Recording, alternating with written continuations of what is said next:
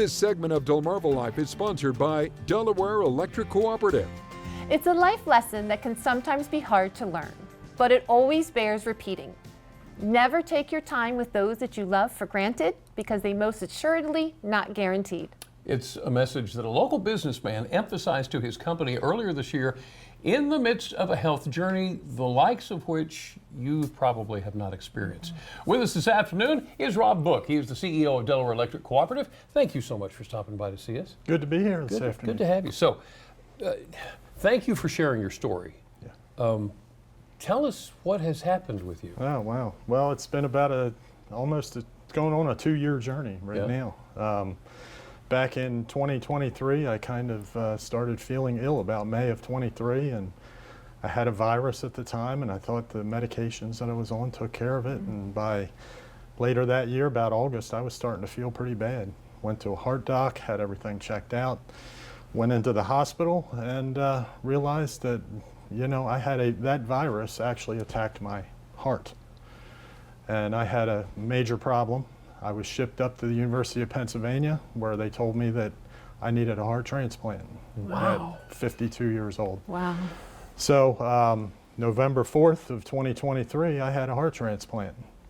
Came home about a month later, and you know, went through the rehab, and everything was wonderful. Had 10 months of unfettered problems, just on a lot of medications, obviously. And then last year, about September, I started to feel ill again. And what I discovered was that the heart that was implanted in me had what's called a cytomegalovirus, which, big word, but about half of the people in this country have it.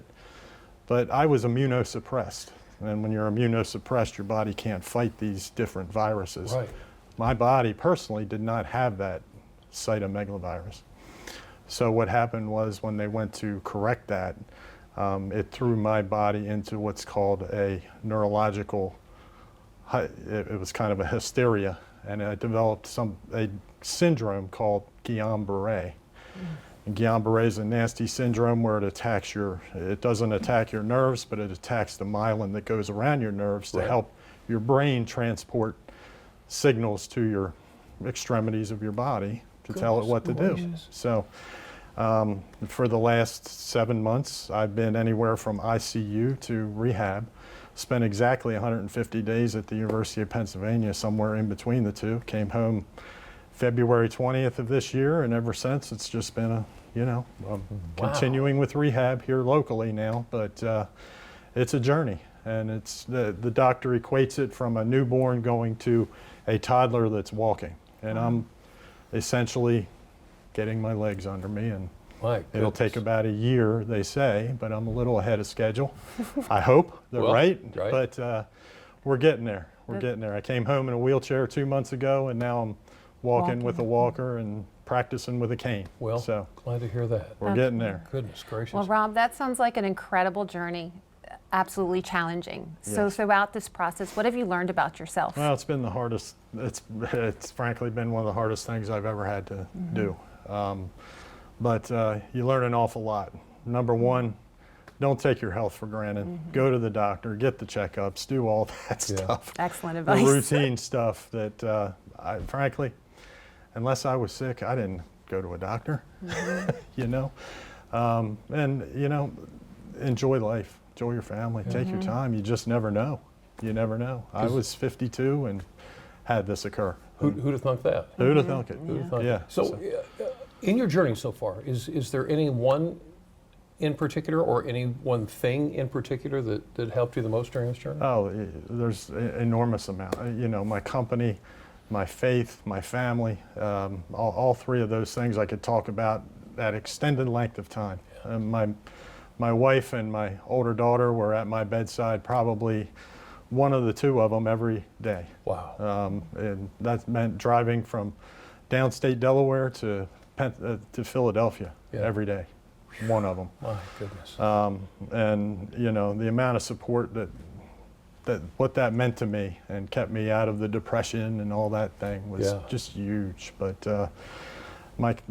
Delaware Electric Co-op, the employees, just amazing. We have 180 employees, and I can tell you right now, I don't know how many nights my wife had to cook, but it wasn't many. Is that because right? they were sending Bringing food food. to the house, Right. sending prayers on my phone, just keeping us prayed up. That's remarkable. Had a couple of prayer vigils right at the co-op. I mean, you're going to get me teary-eyed. I'm going to get a little emotional when I talk about this, but It's all worth it, yeah. it's just amazing what people have done for me through this journey. And then Goodness gracious. last and definitely not least, my faith is it's paramount, and it really kept me from really facing a big roller coaster ride in my mind. Because there was a period where you're laying in bed. I was completely paralyzed at one point, and I lost my voice. I couldn't speak. So you're basically what you would say trapped in your own head, trapped in your own mind. Right. And it's on a ventilator. My wife didn't know if I was going to come out of that. You have truly come a long way. Very interesting journey, I can My say. Goodness Yeah. gracious. Is there a significant milestone that you hit that was a turning point for you? I think I mentioned it a minute ago, but December 11th, I had just been transferred to the rehab center out of ICU. And December 11th, there was a large prayer vigil at the co-op. My wife was there, our board was there, many of our employees were there. There were probably 100 people there. Wow. And my pastor went over, and it was just like I turned a corner. And my wife continues to talk about that day and how she saw the shift right then. But just, yeah, the big man upstairs was looking out for me, and I think I'm here to, I don't.